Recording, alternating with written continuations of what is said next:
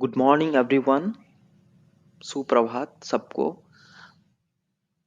मैं यहाँ पे आया हूँ ये आपको इन्फॉर्म करने के लिए कि हम लोग अभी एडवांस अकाउंटिंग का जो कंप्लीट कोर्स है इंक्लूडिंग आपका स्टडी मटेरियल कवर, आपका जो एग्जांपल्स हैं, इलस्ट्रेशन एंड क्वेश्चन आंसर्स सारे कवर होने वाले हैं इसमें। और ये आपका जो सारे कोर्सेज यहाँ पे अपलोड होने वाले हैं।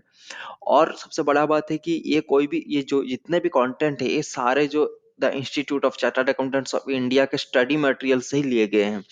तो आप अगर इससे पढ़ रहे हैं तो आप यही मान के चलिए कि हम लोग स्टडी मैट को ही पढ़ रहे हैं, बस ये थोड़ा सा सिंपल लैंग्वेज पे और सिंपल तरीके से हम लोग इसको प्रेजेंट किए हैं। बट जो सिंपल लैंग्वेज या जो सिंपल वर्ड्स यूज किए हैं वो जो वर्ड्स है वो इतना भी सिंपल नहीं है। जो आईसीएआई जो हम लोग चार्टर्ड अकाउंटेंट्स के जो वर्ड्स हैं, जो जो क्लासिक वर्ड्स हैं, उसको हम लोग ने नहीं मिटाए हैं। वो वर्ड्स वैसे ही हैं और हम लोग उसको एक्सप्लेन कर लेंगे, बस उसको उस वर्ड्स को ऑर्गेनाइज्ड किए हैं। तो वो जो वर्ड्स हैं, जो सेंटेंसेस है, वो आपके जो मेन जो कोई भी आंसर का एक जान है, मतलब जो वहां पे कोर सेंटेंस है उसको हम लोग नहीं हटाया है। ये बिल्कुल बहुत सिंपलीफाइड तरीके से और ये सिंक्रोनाइज हुआ है आपका स्टडी मटेरियल से। आप कोई भी एक टॉपिक यहाँ से पढ़ लीजिए, कोई भी एक टॉपिक, फिर मान लीजिए गोइंग कंसर्न कॉन्सेप्ट को आप यहाँ से समझ लीजिए, फिर बुक को एक बार पढ़िए, आपको यही मालूम चलेगा कि ये कितना सिमिलर है। और 100% आप यहाँ से भी फोकस कर सकते हैं। पर फिर भी यही बताऊंगा, अगर आपको स्टडी मेट को पढ़ना है तो इसको करके एक बार आप स्टडी मेट पढ़ सकते हैं, क्योंकि स्टडी मटेरियल जो है वो सुपीरियर है। क्योंकि जितने भी बुक्स बनते हैं उसी को रेफर करके ही बनाना है, क्योंकि हम लोग उसके बियॉन्ड नहीं जा सकते, कोई भी उसका बियॉन्ड नहीं जा सकता। और स्टडी मटेरियल वो सुपीरियर है। पर ये एक स्टूडेंट फ्रेंडली तरीके से बनाया गया है, एक दूसरे चैप्टर को लिंक करके बनाया गया है। भले ही वहां पे जो भी हम लोग का लिस्ट दिया गया है, जो भी कंटेंट है, जो भी सब्जेक्ट्स हैं, सब एक सीरियली नंबर पे दिया गया है। हम लोग इसे रीऑर्गेनाइज्ड किए हैं। रीऑर्गेनाइज इसलिए किए ताकि आप पढ़ते समय एक दूसरे को लिंक कर सके, आपको याद ना रखना पड़े कोई चीज को। और जब आप एक दूसरा टॉपिक में है तो पहला टॉपिक ऑटोमेटिक रिवाइज होता हो, क्योंकि जो दूसरा टॉपिक है वो कहीं ना कहीं आपका पहले टॉपिक से रिलेटेड रहते हैं। तो हम लोग ऐसे ही उसको रीऑर्गेनाइज्ड किए हैं। तो चलिए हम लोग एक एक टॉपिक समझते हैं कि हम लोग किस तरह से इसको अरेंज किए हैं और किस कैसे हम लोग इसको स्टडी करेंगे वन बाय वन। क्योंकि आप सीए स्टूडेंट्स हैं तो ज्यादा समय ज्यादा टाइम हम लोग वीडियो पे नहीं लगाएंगे। विदाउट कुछ एक्स्ट्रा वर्ड जो आपके काम के नहीं है उसे अवॉइड करके आगे बढ़ते हैं। पहले जो हम लोग पढ़ेंगे, जो नंबर वन पे पढ़ेंगे, वो है framework for preparation and presentation of financial statement. Start here to understand the foundation that the rest of the standard build upon. इसका यही मतलब है कि जब हम लोग एडवांस अकाउंटिंग स्टार्ट करते हैं तो हम लोग पहले फ्रेमवर्क को पढ़ते हैं। यहाँ पे याद रखिएगा, हम लोग प्रिपरेशन ऑफ फाइनेंशियल स्टेटमेंट नहीं पढ़ रहे हैं या फिर प्रेजेंटेशन ऑफ फाइनेंशियल स्टेटमेंट नहीं पढ़ रहे हैं। हम लोग सिर्फ ये जो फ्रेमवर्क है ना, ये फ्रेमवर्क को स्टडी करेंगे। अब इस पे ध्यान रखेंगे, ठीक है? फ्रेमवर्क को स्टडी करेंगे। क्यों? जब घर बनाते हैं, मान लीजिए आपको एक रेसिडेंशियल हाउस बनाना है, तो पहले आप जो मटेरियल्स होते हैं वो खरीद के नहीं लाते हैं, या फिर जो पहले जो पिलर्स के लिए गड्ढा होते हैं उसे आप लोग नहीं डालते हैं।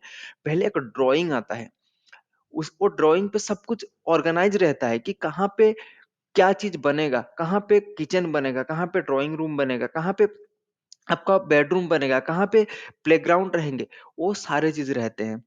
तो वैसे ही हम लोग जो कुछ भी एडवांस अकाउंटिंग, ये जो फाइनेंशियल स्टेटमेंट रिलेटेड है, पहले उसका फ्रेमवर्क को जानेंगे, पहले उसका ढांचा को समझेंगे। फिर जब हम लोग ढांचा को समझेंगे, इसके बेसिस पे सारे अकाउंटिंग स्टैंडर्ड्स बनते हैं। तो जब हम लोग ये ढांचा को समझ लेंगे, फिर अकाउंटिंग स्टैंडर्ड कैसे फ्रेमवर्क से रिलेटेड है उसे हम लोग समझेंगे। पहले फ्रेमवर्क जान गए, फिर प्रोसेस ऑफ फॉर्मुलेशन, कैसे अकाउंटिंग स्टैंडर्ड्स बनते हैं, फॉर्मुलेशन कैसे होते हैं अकाउंटिंग स्टैंडर्ड्स, और इंडियन अकाउंटिंग स्टैंडर्ड क्या है, कितने तरह के अकाउंटिंग स्टैंडर्ड्स हैं, वो सारे हम लोग को, और ये आने का रीजन क्या है, वो सारी चीज हम लोग जानेंगे यहाँ पे। तो पहले फ्रेमवर्क एक ढांचा है जो हेल्प करता है आपका अकाउंटिंग स्टैंडर्ड बनने में। तो पहले हम लोग इसको जानेंगे, फिर इसको जानेंगे, फिर इसको यहाँ से ये लिंक रहेगा आपके पास। सेकंड में applicability of accounting standard to various entities. तो इस पे क्या होता है देखिए, पहले तो फ्रेमवर्क जान गए, फिर जान गए कि फ्रेमवर्क को सपोर्ट करने के लिए अकाउंटिंग स्टैंडर्ड्स बनते हैं ताकि ये ट्रू एंड फेयर व्यू दे। फिर अकाउंटिंग स्टैंडर्ड्स अगर बन गए तो फिर अकाउंटिंग स्टैंडर्ड जो ये है, ये आपका एप्लीकेबल किसको है, ये भी तो जानना है कि अकाउंटिंग स्टैंडर्ड तो आपने बना दिया पर ये एप्लीकेबल किसको है। जैसे गवर्नमेंट तो राशन दे ही रहा है, सबको दे रहा है, पर किसको देगा। यहाँ पे हम लोग के यहाँ पे अगर सारे क्लासेस के लोग हैं, general, ST, SC, OBC, middle class, higher class, lower class, पर वो देगा किसको, उसके क्या कंडीशन है, वो सारे जानना होता है, उसी को राशन मिलता है। वैसे अकाउंटिंग स्टैंडर्ड्स तो बहुत सारे हैं, पर अकाउंटिंग स्टैंडर्ड एप्लीकेबिलिटी किसको है, कौन इसको अप्लाई करेगा। अगर अप्लाई करेगा, क्या इतने सारे अकाउंटिंग स्टैंडर्ड में से कौन सा अकाउंटिंग स्टैंडर्ड किसको अप्लाई होगा, ये भी एक जानना होता है कि कौन सा अकाउंटिंग स्टैंडर्ड कितना लेवल तक। मान लीजिए उसमें भी बहुत सारे पारा होते हैं, कौन सा पारा कौन किसको अप्लाई है वो जानना है। यहाँ पे आप जान गए कि एप्लीकेबल किसको है। यहाँ पे आप तीन चीज देखिए, आप जान गए वहां पे। Number one framework, number two accounting standards क्या है, कैसे बनते हैं, थर्ड में किस पे अप्लाई है। जब ये तीनों चीज आप जान गए ना, चौथा में आते हैं कंपनी अकाउंट्स पे। कंपनी अकाउंट्स पे हम लोग, ये क्या है, कंपनी अकाउंट्स में आता है start with preparation of financial statement. हम लोग यहाँ पे फाइनेंशियल स्टेटमेंट प्रिपेयर करेंगे, और फाइनेंशियल स्टेटमेंट में क्या क्या आता है वो हम लोग यहाँ पे जान लेंगे। फिर आता है statement of profit and loss, balance sheet and cash flow statement. ये देखिए कैश फ्लो स्टेटमेंट में जो है ना, ये AS3 के हिसाब से बनता है। तो आप जब इसको बनाएंगे ना कैश फ्लो स्टेटमेंट, तब आपको ये मालूम चल गया होगा कि AS3 क्यों आया है, क्यों ये जो AS3 हम लोग कैश फ्लो स्टेटमेंट में AS3 क्यों फॉलो करते हैं, ये AS3 वर्ड्स है क्या, ये अकाउंटिंग स्टैंडर्ड बना होगा तो क्यों बना है, किस लिए ये अकाउंटिंग स्टैंडर्ड बना है। तो ये सारी चीज हम लोग को यहाँ पे मालूम चल गया होगा। तब आप ना, आपको रट्टा नहीं मानना पड़ेगा कि AS3 कैश फ्लो स्टेटमेंट है, अगर है तो क्यों ये अकाउंटिंग स्टैंडर्ड, जबकि यहाँ पे कोई AS नहीं लिखा है और कैश फ्लो स्टेटमेंट में AS लिखा है, क्यों लिखा है, क्यों इसमें अकाउंटिंग स्टैंडर्ड आता है। तो आपका फाउंडेशन क्लियर होगा ना, तो ये लिंक हो जाएगा। फिर आता है शेड्यूल 3, ये एक बेसिक जो स्पेसिमेन है या फिर जो मिनिमम रिक्वायरमेंट टू डिस्क्लोज है, वो सारे जानेंगे। Buy back, accounting for reconstruction, ये सारी चीज हम लोग वहां पे जानेंगे। फिर आते हैं अकाउंटिंग स्टैंडर्ड्स। यहाँ पे तो हम लोग, अभी और एक चीज बता दूं, आप बोलेंगे पहले तो यहाँ पे हम लोग कर रहे हैं, फिर अकाउंटिंग स्टैंडर्ड क्यों स्टडी कर रहे हैं। मैं आपको ये बताना चाहूंगा ना, ये जो है इस पे अकाउंटिंग स्टैंडर्ड, जब आप फाइनेंशियल स्टेटमेंट बनाएंगे तो यहाँ पे अकाउंटिंग स्टैंडर्ड जो होता है ना, अप्लाई नहीं करने बोलेगा कि आप अकाउंटिंग स्टैंडर्ड फॉलो करो। आप मान लीजिए फाइनेंशियल स्टेटमेंट में एक फिक्स्ड एसेट दिखा रहे हैं, तो ये नहीं बताएगा कि आप यहाँ पे PPE, आप आगे पढ़ेंगे जो AS10 में आता है, तो आप AS10 को आप फॉलो करो, ऐसा नहीं आता है। आप इजीली ये जानने के बाद आप इजीली इसको बना सकते हैं, और आपको मैं बना के भी दिखाऊंगा, एंड बना के भी मैं आपको दिखाऊंगा, एंड आप भी इसे बना सकते हैं। फिर नेक्स्ट में ये सब कोर्सेज जो है ना, ये जो एस है, ये सभी लिंक है। देखिए एस डिस्क्लोजर है, S2 valuation of inventory, AS10 PPE। मजा का चीज देखिए, ये भी एसेट है, ये भी एसेट है, ये करंट एसेट है, ये आपका फिक्स्ड एसेट है, नॉन करंट एसेट है। ऐसे ये हर चीज को ना हम लोग ने एक दूसरे से लिंक किए हैं ताकि आपको समझने में बहुत इजी हो, आप चीज को समझें। अभी दो चीज हो सकता है, अगर आप समझेंगे ना चीज को तो आपसे भूलेंगे नहीं। देखिए भूलने का कॉन्सेप्ट वहीं पे आता है जहां पे रिमेम्बर का कॉन्सेप्ट होता है। अगर आप याद रखने का कॉन्सेप्ट ही हटा देंगे ना, तो भूलने का कॉन्सेप्ट नहीं आएगा। जब आप समझ जाएंगे तो वहां पे याद रखना, रट्टाफिकेशन और सारी चीज खत्म हो जाएंगे, और आप इजीली से क्रैक कर सकते हैं सी एग्जाम। क्योंकि ये जो एग्जामिनेशन होता है, ये बहुत प्रैक्टिकल होता है, ये बहुत आपका कॉमन सेंस, आपका हर चीज को वो परखते हैं और समझेंगे। ऐसे भी आप जब CA बन के प्रैक्टिस करेंगे या फिर ऑर्गेनाइजेशन ज्वाइन करेंगे ना, तब आपको बहुत हेल्प मिलेगा। चलिए फिर नेक्स्ट, ऐसे ही हम लोग लिंक किए हैं अकाउंटिंग स्टैंडर्ड्स को। फिर जब ये बेसिक अकाउंटिंग स्टैंडर्ड्स आपके कंप्लीट हो जाएंगे, तो हम लोग फिर नेक्स्ट पे चलते हैं थोड़ा।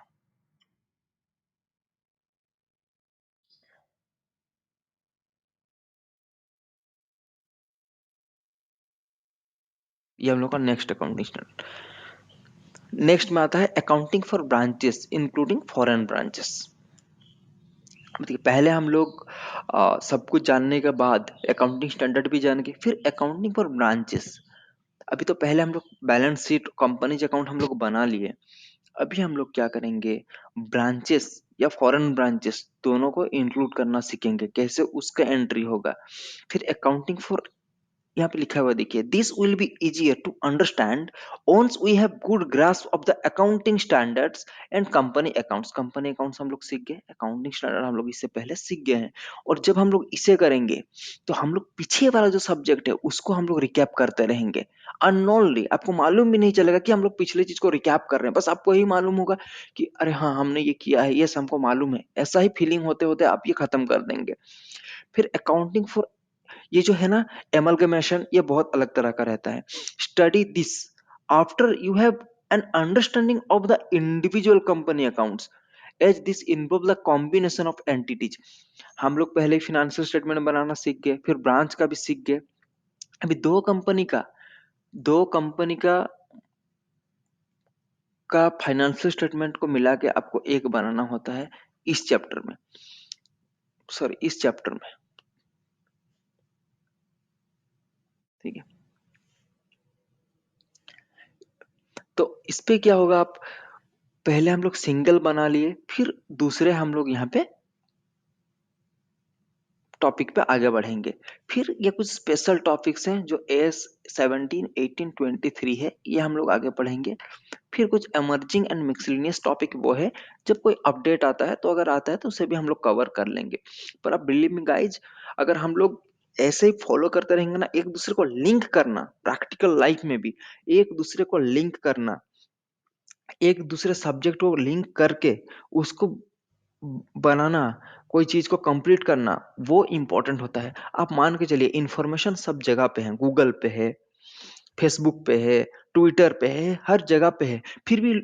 फिर भी क्यों सिर्फ 1% आदमी सक्सेस है, क्योंकि उनको डेटा को मर्ज करके कंबाइन करके एक आउटपुट निकालना आता है।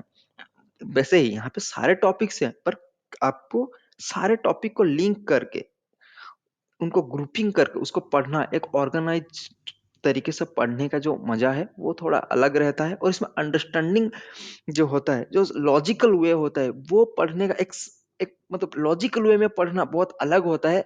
आप रटने के अलावा आप याद रखेंगे तो वो भूलेंगे, और भूलने का सिचुएशन अलग अलग होता है। नर्वस होंगे तो भूल जाएंगे, एक आगे का सेंटेंस भूल जाएंगे ना तो पूरा आप टॉपिक भूल के आ जाएंगे।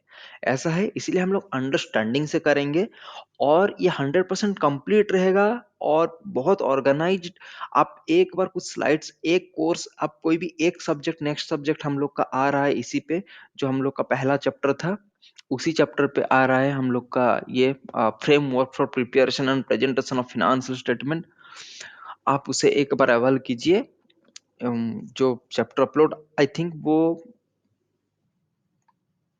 टुमारो अपलोड हो जाएगा, वो एक बार देखिए, फिर उसको आप ऑब्जर्व कीजिए, फिर उसके साथ जब वो कोर्स को कर लेंगे एक बार स्टडी मेट को पढ़ लीजिएगा, एक बार सिर्फ एक्सपेरिमेंट के लिए, फिर आपको समझ आ जाएगा।